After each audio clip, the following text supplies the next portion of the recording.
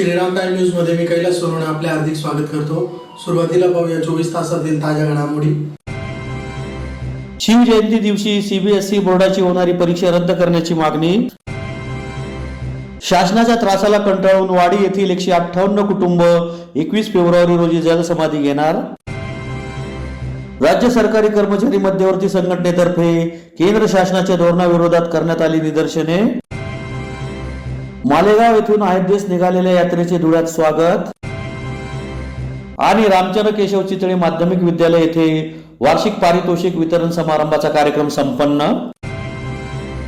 आता बातमीपत्र विस्ताराने। 19 फेब्रुवारी छत्रपती शिवाजी महाराजांच्या जयंतीच्या दिवशी सीबीएसई बोर्डाची होणारी परीक्षा रद्द करावी या मागणीसाठी धुळे जिल्हा महाराष्ट्र नवनिर्माण सेनेतर्फे जिल्हाधिकारी कार्यालयासमोर निदर्शने करून निवेदन देण्यात आले। 19 फेब्रुवारी छत्रपती शिवाजी महाराजांच्या जयंती दिवशी सीबीएसई बोर्डाची होणारी परीक्षा रद्द करावी या मागणीसाठी धुळे जिल्हा महाराष्ट्र नवनिर्माण सेनेतर्फे जिल्हाधिकारी कार्यालयासमोर निदर्शने करून निवेदन देण्यात आले आहे। निवेदनात म्हटले आहे की 19 फेब्रुवारी हा छत्रपती शिवरायांचा जन्मदिवस संपूर्ण जगात उत्साहाने साजरा केला जातो। या दिवशी सीबीएसई बोर्डाने वेळापत्रकात संस्कृत विषयाचा पेपर नियोजित केला आहे। बोर्डाच्या परीक्षांचे नियोजन करताना शासकीय सुट्ट्यांबाबत विचार केला जातो। सीबीएसई बोर्ड मात्र जाणीवपूर्वक असे कृत्य करत आहे। छत्रपती शिवाजी महाराज महाराष्ट्राचे दैवत आहेत।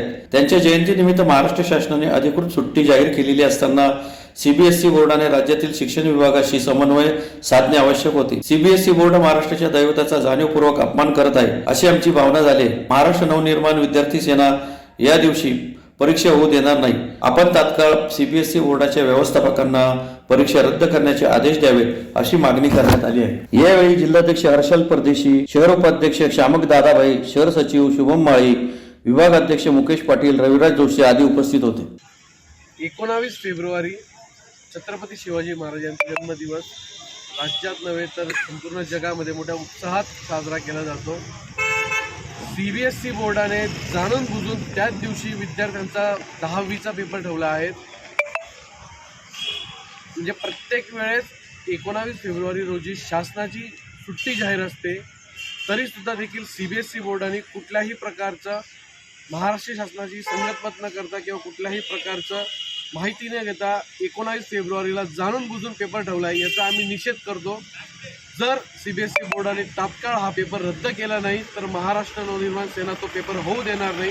याला सर्वस्वी जबाबदार सीबीएसई बोर्ड असतो। शिंदखेडा तालुक्यातील वाडी येथील ग्रामस्थांचा गेल्या 20 वर्षापासून हक्काचा निवारा हिरावून घेत शासनाकडून मोबदल्यासाठी गोलमाल केले जात असल्याने या त्रासाला कंटाळून येत्या 21 तारखेला 158 कुटुंब वाडी धरणात जलसमाधी घेऊ असा इशारा वाडीचे लोकनियुक्त सरपंच सुवर्णसिंग गिरासे व ग्रामस्थांनी धुळे येथे पत्रकार परिषद घेऊन दिला आहे। गेल्या 20 वर्षापासून हक्काचा निवारा हिरावून घेतला तरी सुद्धा शासनाकडून मोबदल्यासाठी गोलमाल केले जात आहे। शासनाच्या या खेळाला कंटाळून येत्या 21 तारखेला 158 कुटुंब वाडी धरणात जलसमाधी घेऊ असा इशारा वाडी तालुका शिंदखेडा गावचे लोकनियुक्त सरपंच सुवर्णसिंग गिरासे व ग्रामस्थांनी धुळे येथे पत्रकार परिषद घेऊन दिला आहे। यावेळी माहिती देताना सरपंच सुवर्णसिंग गिरासे यांनी सांगितले की वाडी तालुका शिंदखेडा येथील गावठाण जागेतील गट नंबर 165 व 166 मधील एकूण 5172 चौरस मीटर क्षेत्र वाडी धरण क्षेत्रात बुडीत म्हणून गेले होते। शासनाने वाडी धरणासाठी भूसंपादन प्रक्रिया या दोघं गट नंबरसाठी सुरू केली होती। भूसंपादन प्रस्तावासाठी शासन फी देखील भरली होती। 2003 ते 2005 या कालावधीत भूसंपादनाची कारवाई सुरू होती। त्यानंतर मात्र अचानकपणे सरकारी कारभाराला सुरुवात झाली। भूसंपादन करत असलेली जमीन अतिक्रमित ठरवली। या दोन्ही गट नंबर मधील 158 कुटुंबांना केवळ सानुग्रह अनुदान देऊन वाऱ्यावर सोडण्यात आले। वाडी गावचे गेल्या 70 वर्षापासून रहिवास असलेले 158 कुटुंब मोबदला आणि प्रकल्पग्रस्तांच्या सुविधांपासून शासनाच्या अतिक्रमण ठरवण्याच्या निर्णयामुळे वंचित ठरले। 20 वर्षापासून लढा सुरू आहे। 2003 मध्ये जिल्हाधिकाऱ्यांनी देखील या 158 कुटुंबांच्या बाजूनेच निर्णय दिला होता, परंतु जिल्हाधिकाऱ्यांचा आदेश धुडकावून लावत सदर मालमत्ता केवळ सानुग्रह अनुदान दिले। महाराष्ट्र शासनाच्या धरणग्रस्त जनतेच्या हितासाठी असलेल्या पुनर्वसन धोरणाला धाब्यावर बसवून मनमानी काही अधिकाऱ्यांनी केली आहे। शासनाने आता आमच्या सहनशीलतेचा अंत पाहू नये। वाडी गावातील धरणबाधित पीडित कुटुंबाला त्वरित न्याय मिळावा या मागणीसाठी दिनांक 21 फेब्रुवारी रोजी आम्ही 158 कुटुंब व कुटुंब प्रमुख वाडी धरणाच्या जलाशयात समाधी घेणार आहोत। शासनाने आमच्या मुलांची व कुटुंबांची भरण पोषणाची व नोकरीची जबाबदारी घ्यावी असे सरपंच यांनी पत्रकार परिषदेत सांगितले। या प्रसंगी सरपंच सुवर्णसिंग गिरासे, ललित गिरासे, मोहनसिंग गिरासे, दिलीप बिडसे, सुनील बिल आदी उपस्थित होते। आम्ही परवा दिवशी माननीय जिल्हाधिकाऱ्यांना जे वाडी शवाडी प्रकल्पामध्ये वाडी हे गाव पुनर्वसित झालं आहे आणि या गावामध्ये 158 कुटुंब या कुटुंबांना अतिक्रमित घोषित करून शासनाने वाऱ्यावर सोडून दिलेलं आहे। गेल्या 20 वर्षापासून शासनाच्या दरबारी आम्ही चक्रा मारतो आहोत, वेळोवेळी अर्ज विनंत्या करतो आहोत आणि अद्यापही आम्हाला शासनाकडून कुठलाही सकारात्मक रिस्पॉन्स हा मिळालेला नाही आणि म्हणून 158 कुटुंबांना वाऱ्यावर सोडून दिल्यामुळे आम्ही आता 21 तारखेला माननीय जिल्हाधिकाऱ्यांना निवेदन दिलेलं आहे की 21 तारखेला आम्ही जलसमाधी घेण्याचा निर्धार केलेला आहे। जर कधी आम्हाला आमच्या ज्या काही 2 मागण्या आहेत प्रमुख, पुनर्वसन अधिनियमानुसार या 158 लोकांना मोबदला देण्यात यावा आणि या लोकांना घरग्रस्त दाखला मिळण्याची व्यवस्था करण्यात यावी, या 2च मुख्य मागण्या आमच्या आहेत। आणि या मागण्यांवर जर कधी शासनाने 21 तारखेपर्यंत ठोस आश्वासन आम्हाला दिलं नाही तर आम्ही सगळे कुटुंब 158 कुटुंब हे त्याच वाडी धरणाच्या जलाशयामध्ये जलसमाधी घेण्याचा आम्ही निर्धार केलेला आहे आणि आम्ही सगळेच जण यासाठी अत्यंत गावामध्ये नाराजगी आणि तीव्रता निर्माण झाली। त्याच्यामुळे आता शासन दरबारी पाठपुरावा न करता, अर्ज विनंत्या न करता आता आम्ही जलसमाधी घेण्याचा निर्धार केला आहे आणि आता तेच आम्ही करणार आहोत। जुनी पेन्शन योजना व 8वा वेतन आयोगाचे गठन यासह विविध प्रलंबित मागण्यांसाठी देशव्यापी संपात सहभाग नोंदवून धुळ्यात राज्य सरकारी कर्मचारी मध्यवर्ती संघटनेतर्फे सकाळच्या सत्रात 1 तास वॉकआउट करून केंद्र शासनाच्या धोरणाविरुद्ध जिल्हाधिकारी कार्यालयासमोर निदर्शने करण्यात आली। जुनी पेन्शन योजना व 8व्या वेतन आयोगाचे गठन यासह विविध प्रलंबित मागण्यांसाठी 16 फेब्रुवारी रोजी देशव्यापी संप पुकारण्यात आला आहे। महाराष्ट्र राज्यात सदर संपाच्या समर्थनार्थ धुळ्यात राज्य सरकारी कर्मचारी मध्यवर्ती संघटनेतर्फे सकाळच्या सत्रात 1 तास वॉकआउट करून केंद्र शासनाच्या धोरणाविरुद्ध जिल्हाधिकारी कार्यालयासमोर निदर्शने करून निवेदन देण्यात आले आहे। निवेदनात म्हटले आहे की केंद्र सरकारने सादर केलेल्या अर्थसंकल्पात कर्मचारी कामगारांसाठी कोणतीच तरतूद केलेली नाही। राज्य सरकारचा ही समन्वय समितीच्या अपेक्षेप्रमाणे अहवाल किंवा भूमिका अनुकूल वाटत नाही, कारण सवलती नाही। PFRDA कायदा रद्द करून सर्वांना जुनी पेन्शन योजना लागू करावी, नवीन शैक्षणिक धोरणाचा पुनर्विचार करावा, कंत्राटी कर्मचारी कामगारांच्या सेवा नियमित कराव्या, 8व्या वेतन आयोगाची स्थापना करावी, 18 महिन्यांची महागाई भत्त्याची थकबाकी अदा करावी, खाजगीकरण कंत्राटीकरणाचे धोरण बंद करावे, मागासवर्गीय कर्मचाऱ्यांचे पदोन्नती सत्र पुन्हा सुरू करावे, अनुकंपाधारकांना एकाच वेळी बाब म्हणून विनाअट नियुक्ती द्यावी, या मागण्यांबद्दल सरकार मौन बाळगून आहे। दरम्यान जीवघेणी भाववाढ रोखण्यासाठी व बेरोजगारी कमी करण्यासाठी कोणतीच ठोस उपाययोजना होताना दिसत नाही।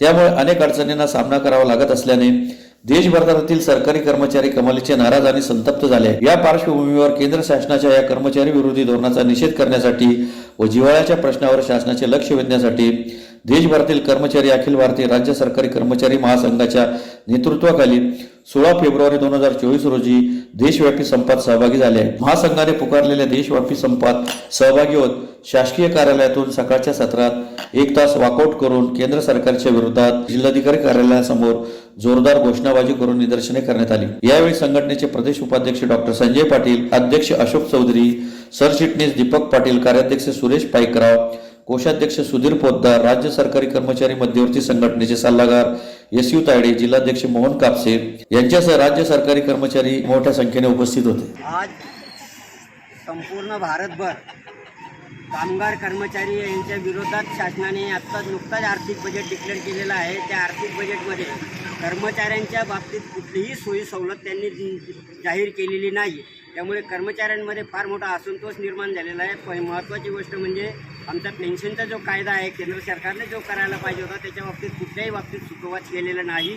दुसरी महत्त्वाची गोष्ट म्हणजे 18 महिन्याच्या आमच्या कोरोना काळामध्ये सगळ्या कर्मचाऱ्यांनी अहोरात्र जीव दिलेला आहे। काही कुटुंब त्याच्यात उद्ध्वस्त झालेले आहेत। त्यांच्या 18 महिन्याच्या महागाई भत्ता तो द्यायचं सरकारने त्यावेळेस काही लोक प्रस्ताव पाठवलेला होता, पण त्याच्यावरही कुठं तरतूद झालेली नाही।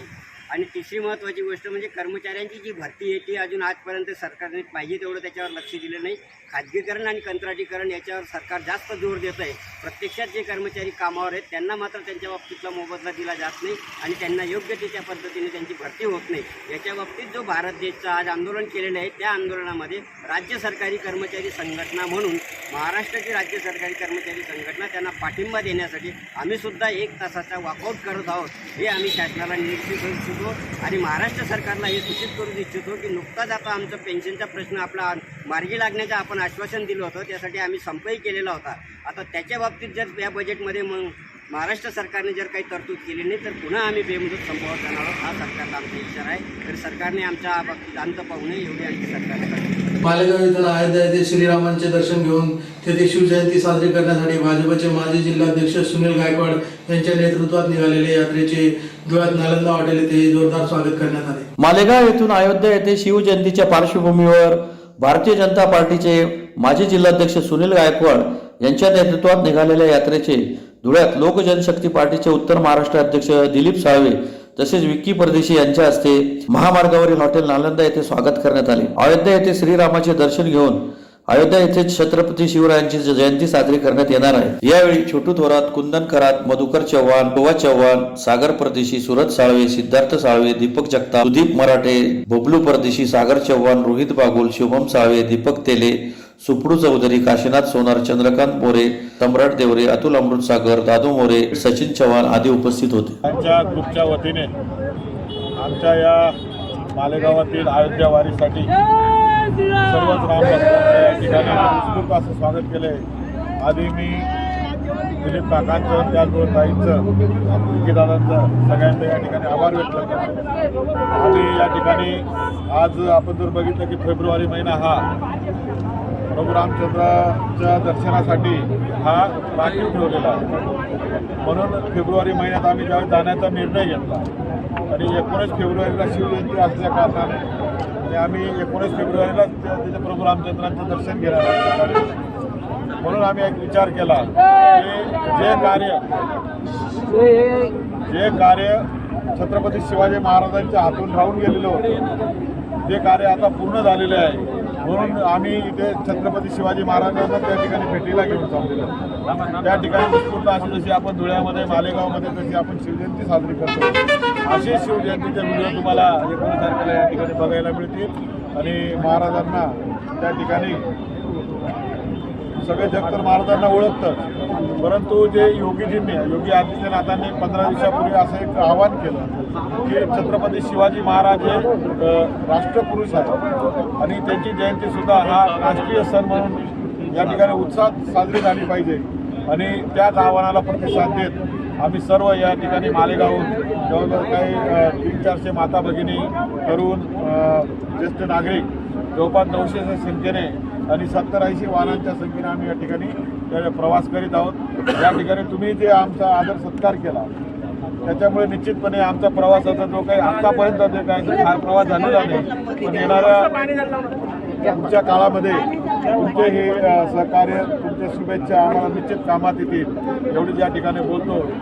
धुळे एज्युकेशन सोसायटीच्या रामचंद्र केशव चितळे माध्यमिक विद्यालय येथे वार्षिक पारितोषिक वितरण समारंभाचा कार्यक्रम गुरुवारी दुपारी संपन्न झाला. धुळे एज्युकेशन सोसायटीच्या रामचंद्र केशव चितळे माध्यमिक विद्यालय येथे वार्षिक पारितोषिक वितरण समारंभाचा कार्यक्रम गुरुवारी दुपारी संपन्न झाला. कार्यक्रमात सेवानिवृत्त मुख्याध्यापक अमोद गंगाधर जोग हे प्रमुख पाहुणे म्हणून उपस्थित होते. ईशस्तवन व स्वागत गीताने कार्यक्रमाची सुरुवात करण्यात आली. प्रास्ताविकात सदर कार्यक्रमाबद्दल माहिती देण्यात आली. उपस्थित प्रमुख अतिथींनी मार्गदर्शन केले. त्यानंतर प्रमुख अतिथींच्या हस्ते पारितोषिकांचे वितरण करण्यात आले. यावेळी अमोद जोग, संतोष कुमार अग्रवाल, मुख्याध्यापक व्ही एन अलकारे, पर्यवेक्षक के.पी. मांडे यांच्यासह शिक्षक व शिक्षकेतर कर्मचारी मोठ्या संख्येने उपस्थित होते. कार्यक्रमाचे सूत्रसंचालन एस.डी. चव्हाण तर आभार प्रदर्शन पी.एच. पाटील यांनी मानले.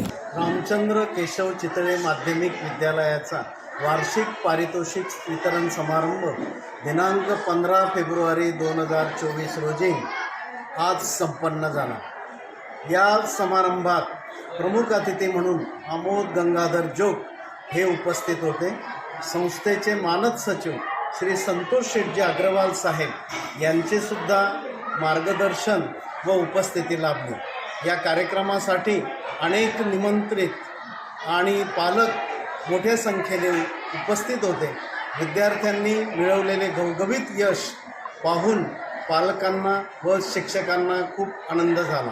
धन्यवाद.